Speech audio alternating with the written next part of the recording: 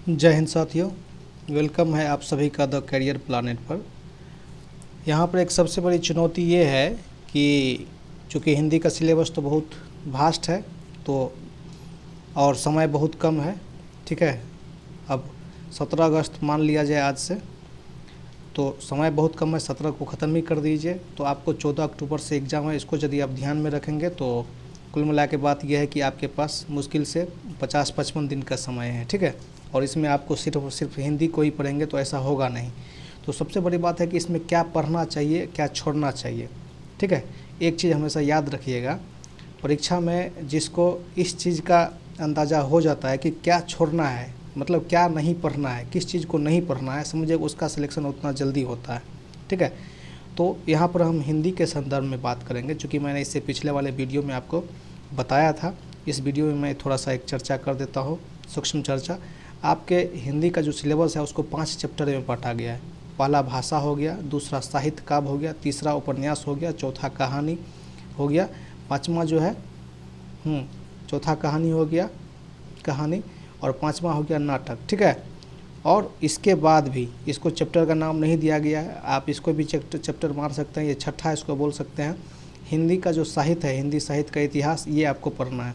ठीक है, और सातवां भी इसको नाम दे सकते हैं कि ये का व्याकरण वाला। मतलब आपके हिंदी को टोटल आप कुल मान के चले कि 7 गो चैप्टर में विभाजित किया गया। ठीक है, इन सातों चैप्टर में से जो मैक्सिमम आपका क्वेश्चन पूछा जाएगा, जो क्वेश्चन आपको नहीं बनने की मैक्सिमम प्रबल संभावना है, वो यहाँ से। अब 7 गो है, आपको 100 क्वेश्चन पूछेगा तो आप मोटा मोटी अंदाज़ा लगा लीजिए, 100 क्वेश्चन पूछेगा, 7 गो चैप्टर है। यदि आप बराबर वेटेज भी देते हैं तो 14 सत्ते 98 होता है। मतलब कि एक सेक्शन से, मतलब यहाँ से 14 क्वेश्चन पूछे जाएंगे, यहाँ से 14 क्वेश्चन, यहाँ से 14 क्वेश्चन, यहाँ से 14 क्वेश्चन, और यहाँ से 14 क्वेश्चन, यहाँ से 14 क्वेश्चन, यहाँ से 14 क्वेश्चन। अब हम बारी बारी से थोड़ा सा देख ले रहे हैं।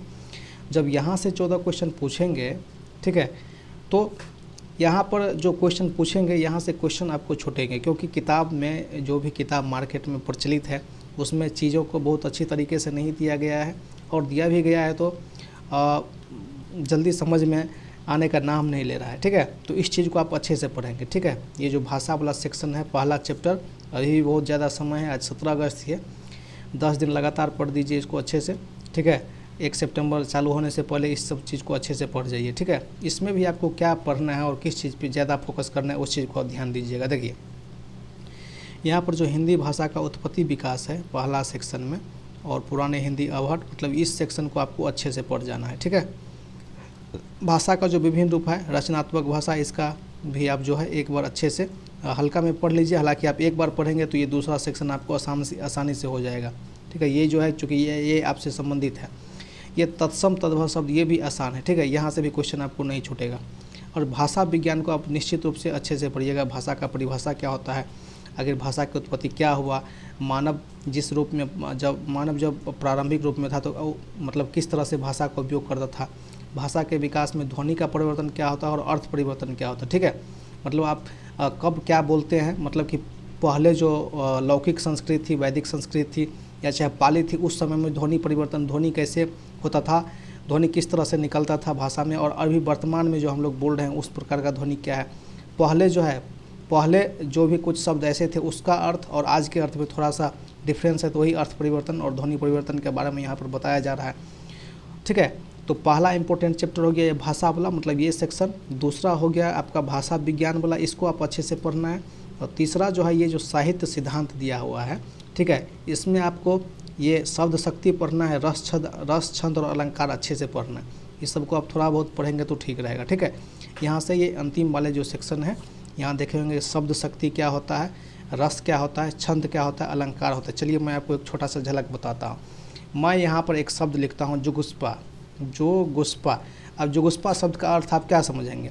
ठीक है, आप में, आपके शब्दकोश में, आपके शब्द में वो शक्ति नहीं है, ये आप में वो शक्ति नहीं है कि ये जुगुस्पा शब्द का अर्थ समझ सके। लेकिन ये शब्द शक्ति क्या होता है हम आपको बताते हैं।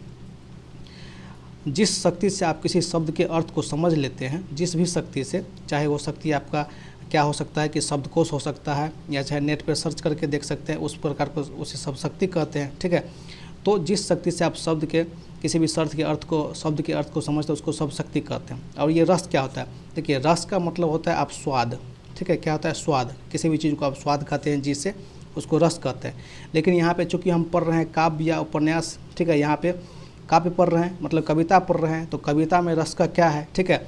तो जिस तरीक़ा से जब आप कोई चीज़ खाते हैं, आप रस आपकी जीभ पे आता है तो आनंद होता है, तो ठीक उसी तरह किसी काव्य को पढ़ने से जो आपको आनंद मिलता है उसको रस कहते हैं। अब रस का क्या काम होता है ये चीज़ आपको देखना है। ठीक उसी तरह छंद क्या होता है?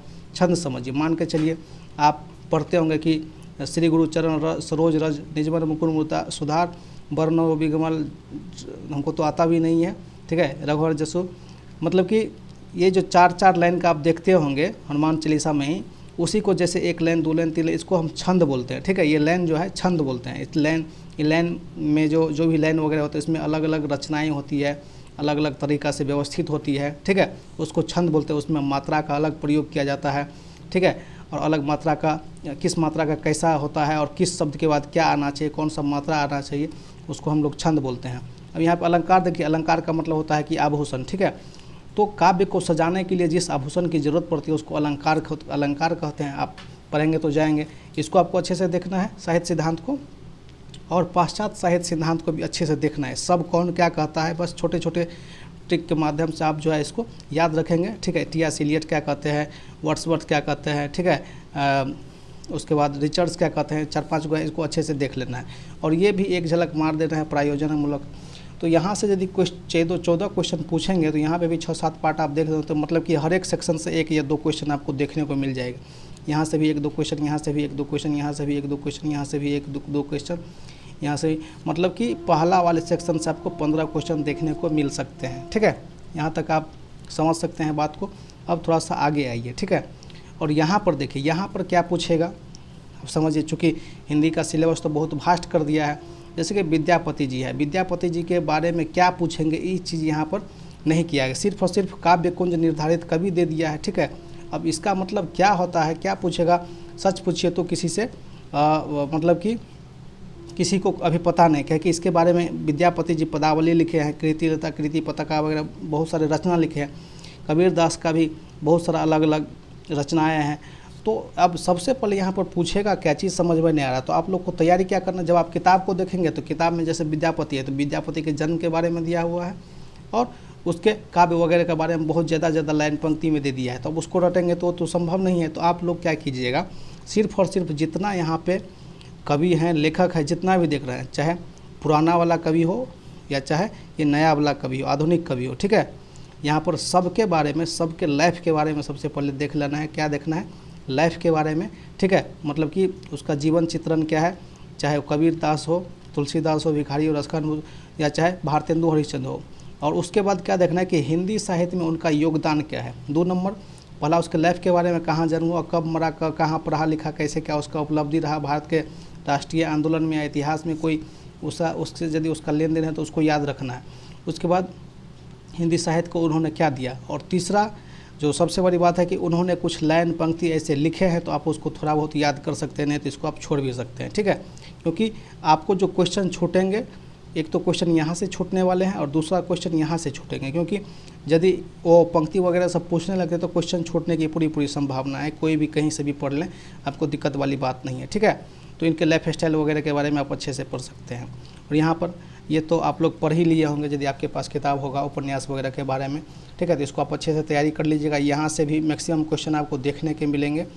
यहाँ से आपको टोटल 1 2 3 सेक्शन हो गया, तो 14 वाले मतलब 40 से 50% क्वेश्चन आपको यहीं से देखने को मिल सकते हैं, ठीक है। ये कहानी वाले सेक्शन से, तो इसको आप अच्छे से तैयारी कर लें, ठीक है। रोज़ 2-3 कहानी, 1-2 उपन्यास पढ़ेंगे तो हो जाएगा, 3 बार 4 बार रिविजन करेंगे, हो जाएगा।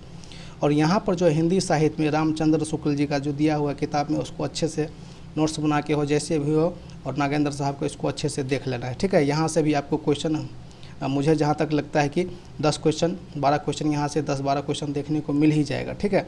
और आप सबसे अंतिम पार्ट में आते हैं हम लोग, ठीक है, व्याकरण में। तो मुझे लगता है कि यहाँ से 15 से 20 क्वेश्चन जरूर देखने को मिलेगा, क्योंकि यदि इधर क्वेश्चन कम कर देते ऊपर में, यहाँ क्वेश्चन बढ़ा देंगे, क्योंकि ग्रामर वाला सेक्शन भी अपने आप में जब तक ग्रामर का चीज़ें नहीं पूछता तो हिंदी अपने आप में अपूर्ण सी लगती है। इसीलिए ग्रामर से भी अच्छे खासे क्वेश्चन पूछे जाएंगे। तो उम्मीद करते हैं कि आप चीज़ों को समझ गए होंगे और जिस हिसाब से बताया गया है उस हिसाब से आप चीज़ों को ध्यान रखेंगे तो मुझे नहीं लगता है कि 80-90 नंबर से कम आप लाएंगे। ठीक है, आपके पास जो भी किताब है वो अच्छे से देख लीजिएगा। ठीक है, धन्यवाद।